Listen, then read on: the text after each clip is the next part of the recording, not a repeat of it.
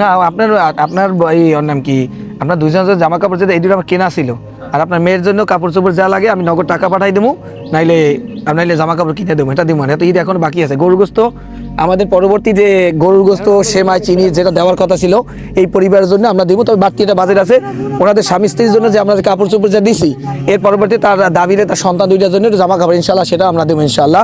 আর যেটা আপনি বলছেন আপনার যেটা দিছি আলহামদুলিল্লাহ, এবং আপনার সন্তান দিলে কান্দা লাগবে না, আপনার সন্তান বাচ্চা দুইটার জন্য জামা কাপড় দরকার সেটা আমরা দেবো ইনশাল্লাহ। নগদ ক্যাশ দিই বা জামা কাপড় কিনে দিই আমরা দেবো না, কান্দেন না, ঠিক আছে? আমরা বাইরে দুনিয়াটা বড় কঠিন রে ভাই, কি বলবো, বলার মতো ভাষা নাই। মা যারা তাদেরকে আল্লাহ যে ধৈর্য ধারণ করার মধ্যে ক্ষমতা থাকে এটা বুঝাইতে পারবো না। দেখেন তাদের জন্য দুইটা জামা কাপড় দিছি, মা বলতেছে আমার না দিয়ে সন্তানের জন্য দিতেন। আমার মার কথা মনে পড়ে গেছে আসলে, মা তালা তুলনা আমার পৃথিবী যদি একটা পালায় দেন তাইলেও হইবে না।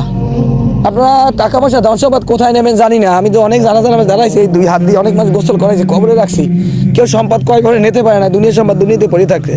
মানুষের কুকুর বিড়ালের প্রতি যে সহানুভূতি ভালোবাসা দেখে মানুষ সৃষ্টির সেরা দিই, তারপর যদি দেখাইতো তাহলে মানুষ দুঃখী দুঃখী শেষ হয়ে যাইতো না। আপনাদেরকে বলি ভাই, টাকা পয়সা ধ্বংসবাদ কেউ কয় করে নিতে, 2-5টা দান করে নিই, অসহায় মানুষের পাশে দাঁড়াইতে চাই।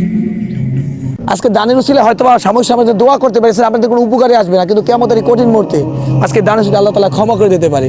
কিন্তু আপনারা কেন দান করেন আমি বুঝি না ভাই। দেশে প্রবাসে যারা দেখতেছেন ভিডিওটা বেশি বেশি শেয়ার দেবেন, আমরা শেয়ার করে দেওয়ার কারণে হয়তো বা অসহায় পরিবার জন্য আমি কিছু করতে পারবো ভাই। তো ভালো থাকবেন, ফি আমানিল্লাহ, আসসালামু আলাইকুম রহমতুল্লাহ।